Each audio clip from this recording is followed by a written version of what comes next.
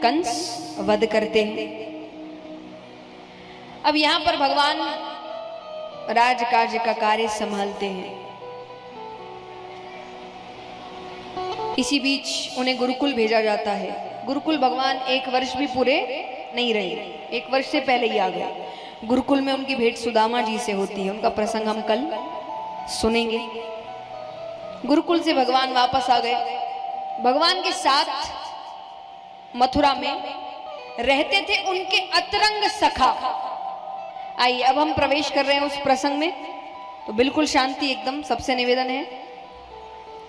अतरंग सखा माने best friend. भगवान के बेस्ट फ्रेंड कौन थे?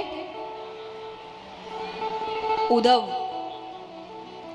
भगवान के बेस्ट फ्रेंड कौन थे? उद्धव जी। और बिल्कुल भगवान जैसे थे, वो भगवान जैसे दिखते थे। इतने एक जैसे दिखते थे दोनों कि अगर दूर से उद्धव जी चल के आ रहे तो एक बार के लिए अगर कोई नजर उठा कर देखे तो उनको लगता था श्री कृष्ण चल के आ रहे। नाक, नक्शा, चाल ढाल, रंग, रूप सब भगवान जैसा।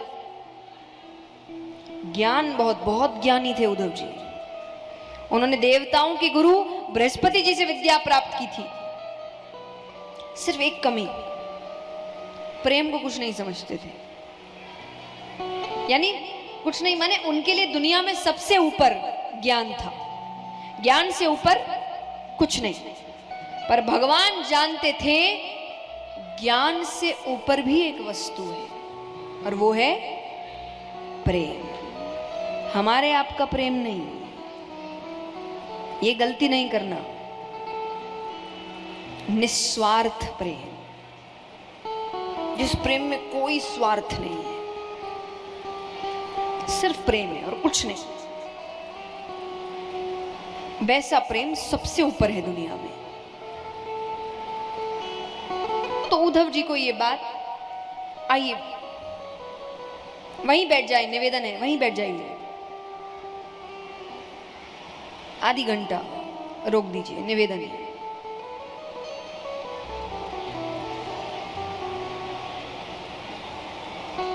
क्योंकि देखिए ये मैं आपके लिए ही कह रही हूं,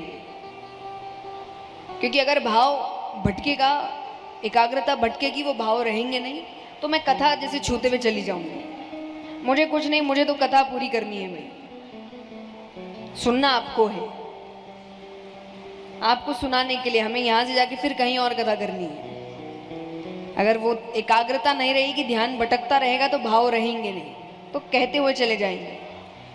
तो अगर आपको अच्छे से सुनना है तो शांति आपको ही बनानी पड़ेगी। और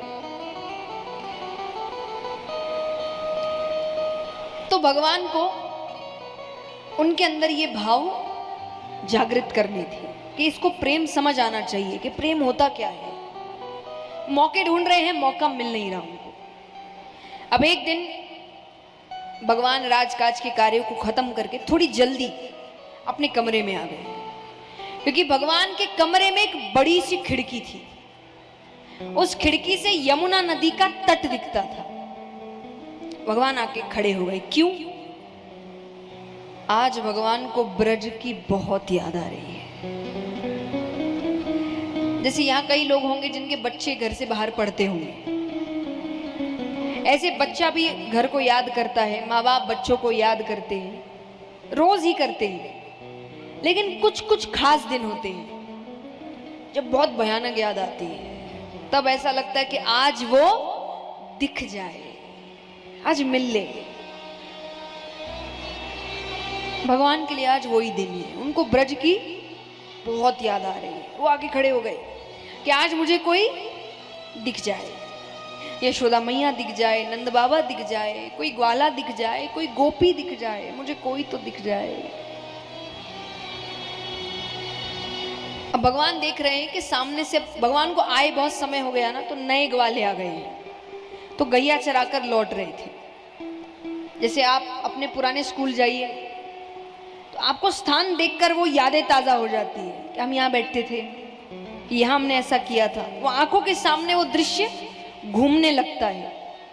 तो जब उन ग्वालों को भगवान जाते हुए देख रहे गैया चराकर, भगवान कहते अरे ये तो वही समय है जब मैं, श्रीदामा, मुदमंगल, मधुमंगल, बलदाऊ भैया, हम सब गैया चराकर घर लौटते थे। ये निश्चय वही समय है।